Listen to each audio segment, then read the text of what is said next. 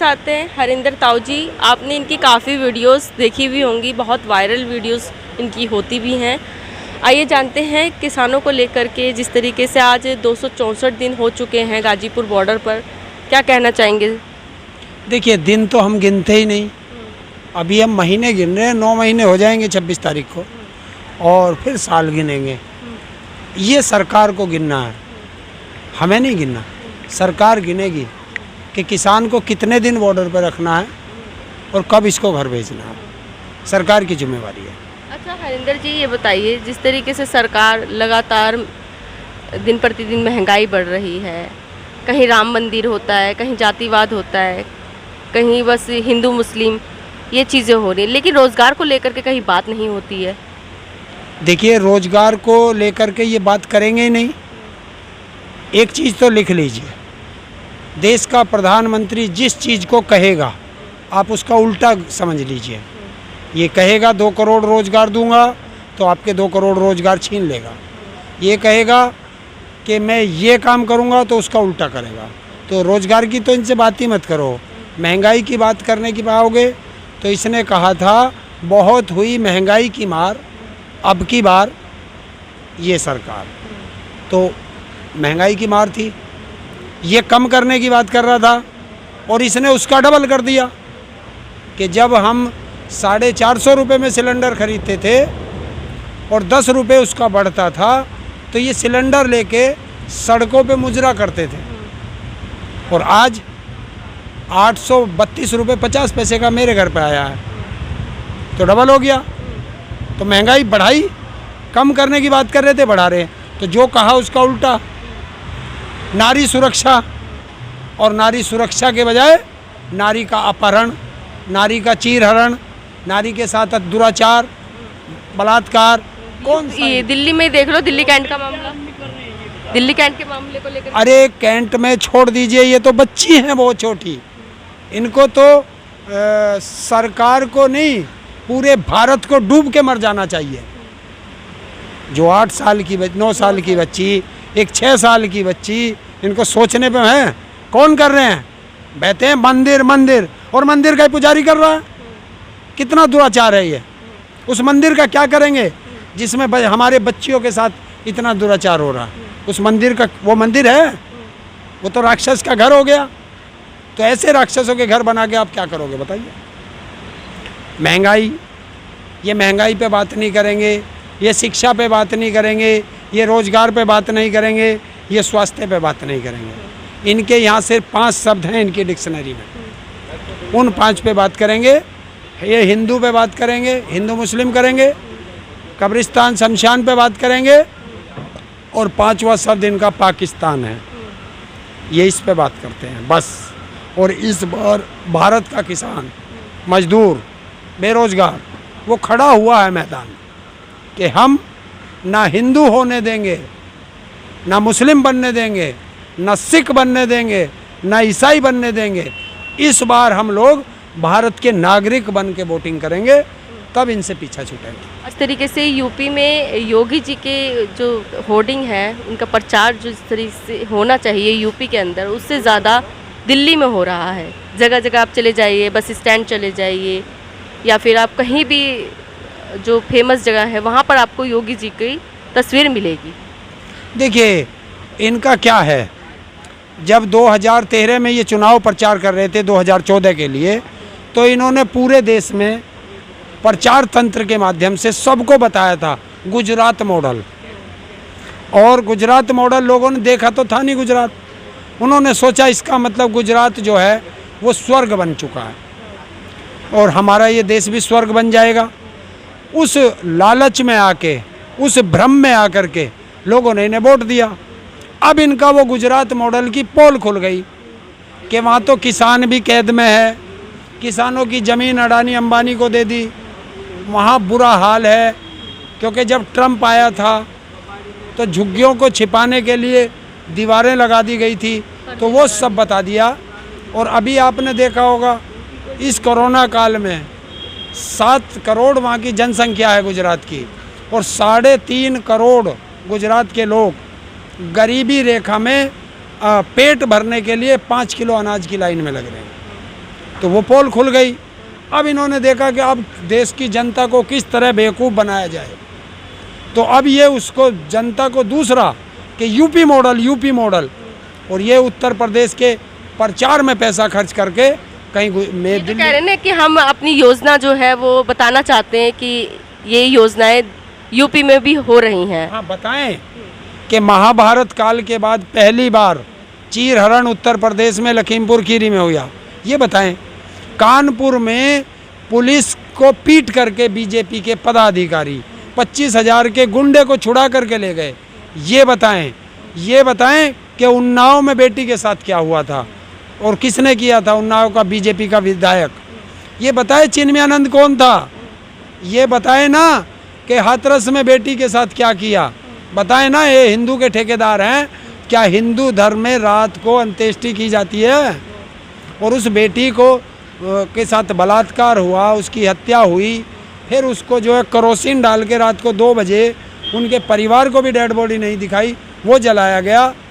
बताएं वहाँ पे इधर पूर्व की साइड है वो बलिया है क्या है, वहाँ पे एक गांव एक ज़िला पड़ता है, वहाँ पे सीओ खड़ा है, एसडीएम खड़ा है, पूरी फोर्स खड़ी है, उसके सामने एक बेटे को मार दिया, हत्या कर दी उनके सामने।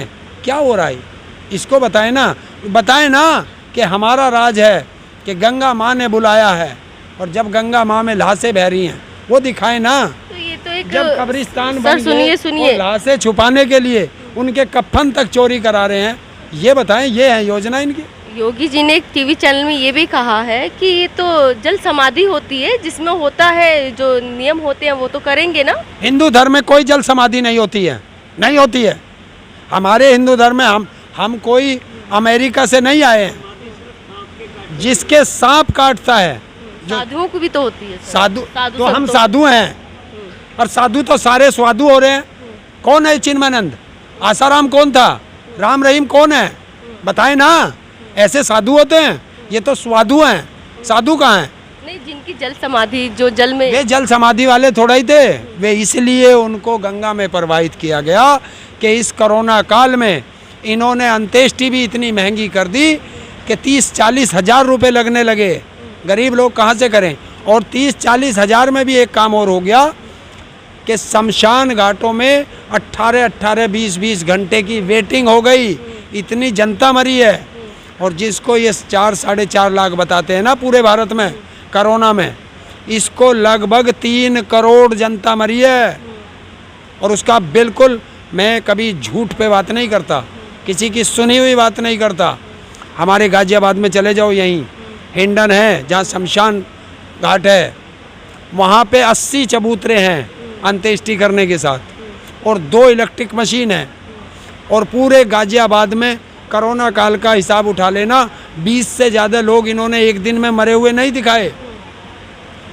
और उसमें हिंडन पे 18 से 25-25 घंटे की वेटिंग थी फूकने की। तो बताइए, जब 80 तो चबूतरे हैं, तुम्हारे यहाँ कोरोना काल में 20 आदमियों की मृत्यु हुई है, तो 18 घंटे की और 20 घंटे की लाइन लगी हुई थी डेड बॉडियों की। अच्छा, ये बताइए भी सरकार ये भी कह रही है कि जो भी अनाथ हुए हैं कोरोना काल में, उनको वो जो भी मुआवजा होता है वो दिया जाएगा। क्या लगता है वो उन तक पहुंच पाएगा? इनके पास जब कोरोना काल में कोई ऑक्सीजन के बिना मरा नहीं, उसका इनके पास रिकॉर्ड नहीं। 600 के करीब किसान शहीद हो गए, इनके पास रिकॉर्ड नहीं। भारत का कौन कौन खिलाड़ी गोल्ड मेडल लेके आया या मेडल कोई सा भी लेके आया, उसकी आज क्या स्थिति है, इनके पास उसका रिकॉर्ड नहीं। तो इनके पास अनाथ का रिकॉर्ड कैसे आ जाएगा? सिर्फ आप लोगों को बहकाना और ये दिखाना। देखिए, 5 किलो अनाज पे आ गया तुम्हारे पास, और हाँ 15 लाख रुपए, 15 लाख हर उस खाते में आएंगे। और 5 किलो अनाज पे आ गया, और 5 किलो अनाज। आज मैं आपसे पूछता हूँ, खाना खाया सुबह? कई बार दिन में खाना खाते हैं? सुबह खाती हूँ और शाम को। 2 बार खाना खाते हो। तो 5 किलो अनाज अगर सरकार ने आपको दिया, तो 2 बार खाओगे तो महीने में 30 दिन के 60 खुराक हो गई। तो 60 बार एक महीने में आप खाना खाएंगे। तो उस 5 किलो अनाज जो सरकार ने आपको दिया, 83 ग्राम आपके खाने में आया, एक समय का भोजन 83 ग्राम। तो आप तो देशभक्त हो, देशभक्त को 83 ग्राम, और जो जेल में अपराधी हैं उनको 400 ग्राम वो कैसे? है। वो कैसे? 410 ग्राम की उनकी डाइट है एक टाइम की, और तुम्हारा 83 ग्राम में पेट भर जाएगा। 83 ग्राम में जो झांसा राम के हाथ पे तोते ने बैठने से मना कर दिया था, उस तोते का पेट नहीं भरेगा। ये कहता है कि मैंने भोजन दे रहा हूँ, सबको अन्न दे रहा हूँ। अरे ये बता एक समय में कितना दे रहा है? और उस गेहूं को चाबोगे, उसकी नमक चाहिए, उसकी पिसाई भी जाएगी, तेल चाहिए, हर नमक चीज जाए, चाहिए, सब्जी मसाले चाहिए। और पूछो गैस भी 832 रुपये 50 पैसे का सिलेंडर भी लगेगा। अच्छा, पेट्रोल के दाम बाबा रामदेव जिस तरीके से बोल रहे थे, देखिए अब उनको बाबा अगर आप लोग कहोगे तो ये नाम तो उनका प्रचलित नहीं ही नहीं, है। कोई प्रचलित नहीं है। लाला रामदेव उनका नाम है। अच्छा, हाँ, लाला रामदेव है, और लाला रामदेव उद्योगपति है। उसने एक ही चीज़ कहा जब वो आया, तो पूरे देश की जनता को नहीं, दुनिया की जनता को उसने बहकाया, काम छोड़ो योग करो, काम छोड़ो योग करो। और हम सब अपना काम धंधा छोड़ के योग में लग गए, अगला काम धंधे में लग गया, तो हमारा बेवकूफ़ बनाया। तो योग करना तो अच्छा होता है ना, सेहत के लिए तो अच्छा है, बीमारी नहीं लगेगी। तो अपना तो धंधा चला दिया उसने, कौन सा बीमारी हमारे पहले से कम होगी? बता, हिंदुस्तान में कौन से हॉस्पिटल में पेशेंट जाने बंद हो गए? और अगर योग से सही होती है बीमारी, तो रामदेव से कहो कि सबसे पहले अपनी आँख ठीक करके दिखाए, तब हमारी करें। सच्चाई पे आओ। एक कहावत है, बड़े बुजुर्ग कह गए कि हाथ कंगन को हारसी क्या और पढ़े लिखे को फारसी क्या। अच्छा, ये बताइए, परसों 15 अगस्त है, 26 जनवरी पे जिस तरीके से बवाल खींचा था, क्या लग रहा है कि इस बार भी आप कुछ ऐसा कुछ प्लानिंग है क्या आप लोगों का? हमारी तो बहुत बड़ी प्लानिंग है। हम तो प्लानिंग कर रहे हैं, 5 सितंबर होगा, मुजफ्फरनगर का मैदान होगा, और भारत के इतिहास में आज़ादी के बाद सबसे बड़ी महापंचायत होगी। हम उस तैयारी में लगे हुए हैं। 15 अगस्त को क्या होगा? 15 अगस्त को तो देखिए, हम लोग सब अपने जहाँ भी होंगे तिरंगे का सम्मान करेंगे, क्योंकि हमारे तो बेटे भी तिरंगों में लिपट के आते हैं सरहद से। तो हम तो तिरंगे का सम्मान करेंगे, तिरंगा लहराएंगे, खुशियाँ मनाएंगे। अच्छा, अब यूपी में चुनाव है, आपके यहाँ से भी कोई एक आध उम्मीदवार खड़ा होगा कि नहीं होगा किसानों की तरफ से? नहीं, हम किसानों में तो हमारी तो वो है राजनीतिक है, तो हमारा तो कोई वास्ता नहीं है। क्यों किसान चुनाव नहीं लड़ सकते क्या? नहीं, लड़ने को हमने किसी को मना थोड़ा ही किया। हाँ, अगर कोई चुनाव हमारा लड़ेगा तो संगठन छोड़ना पड़ेगा उसे। संगठन छोड़ के लड़ा, कोई भी लड़े, जो लड़ना चाहे लड़े, लेकिन शर्त ये की होगी, हम उसका साथ नहीं देंगे कभी वो सोचे कि किसान यूनियन के भरोसे पे मैं चुनाव लड़ूं।